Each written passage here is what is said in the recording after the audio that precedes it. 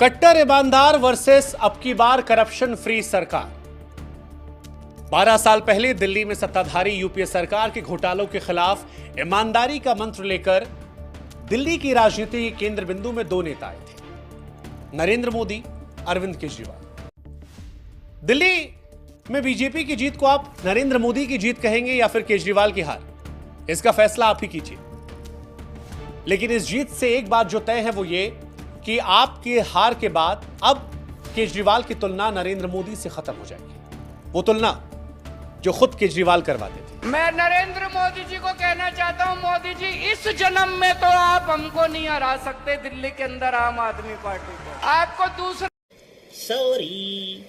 Agent दिया था तो देश के कई राजनीतिक पंडितों ने अरविंद केजरीवाल को नरेंद्र मोदी का सबसे बड़ा कॉम्पिटिटर कहा था। दिल्ली के मालिक हम हैं। राजनीति की समझ रखने वाले लोग ये जानते हैं कि अगर मौजूदा परिस्थितियों में अरविंद केजरीवाल चुनाव जीत जाते तो नंबर से तर वो विपक्ष के बहुत बड़े नेता के तौर पर उभर आते और बीजेपी मोदी के सामने संभवतः देश में सबसे बड़ा चैलेंज बन जाते।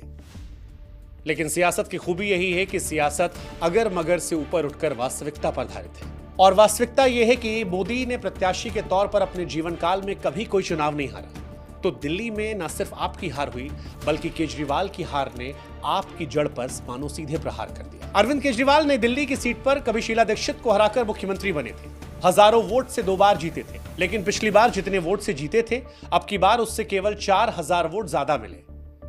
केजरीवाल के साथी और शिक्षा का मॉडल देने वाले मनीष सिसोदिया, जिनका गुणगान केजरीवाल पूरे देश में करते थे, उन सिसोदिया की सीट बदलने के बावजूद किस्मत नहीं बदली। सत्येंद्र जैन एक और नाम, जिनके हेल्थ मॉडल को केजरीवाल इंडिया में नंबर 1 बताया करते थे, जिनके जेल जाने पर उन्हें भगत सिंह से तुलना कर दी गई थी, वो सत्येंद्र जैन भी अपना चुनाव नहीं बचा पाए।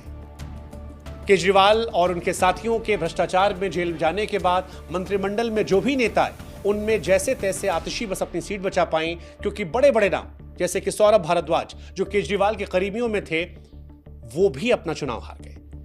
केजरीवाल की ताकत थी माले मुफ्त, इमेज। मजा आया और मैं ये जो मजा है हिंदुस्तान के हर व्यक्ति को देना चाहता हूं। Voted for change.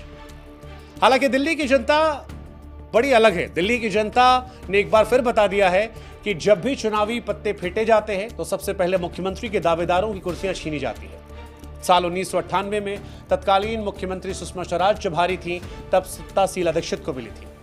2013 में दिल्ली में तत्कालीन मुख्यमंत्री शीला दीक्षित हारी, कुर्सी केजरीवाल को मिली, और 2025 में आम आदमी पार्टी के साथ केजरीवाल भी हार गए, सत्ता बीजेपी के पास पहुंची है।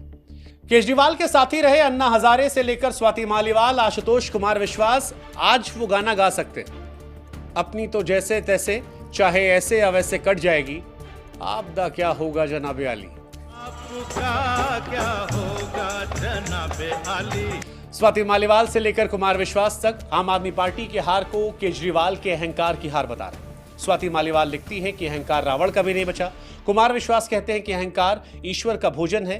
केजरीवाल के गुरु अन्ना हजारे भी कहते हैं कि पैसे, शराब और अहंकार में केजरीवाल फंस गए थे। कौन कितना सही ये आप तय कीजिए, लेकिन दिल्ली के नतीजों ने मानो एक बार फिर से साबित कर दिया कि राजनीति में विनम्रता ही जीत की पूंजी है।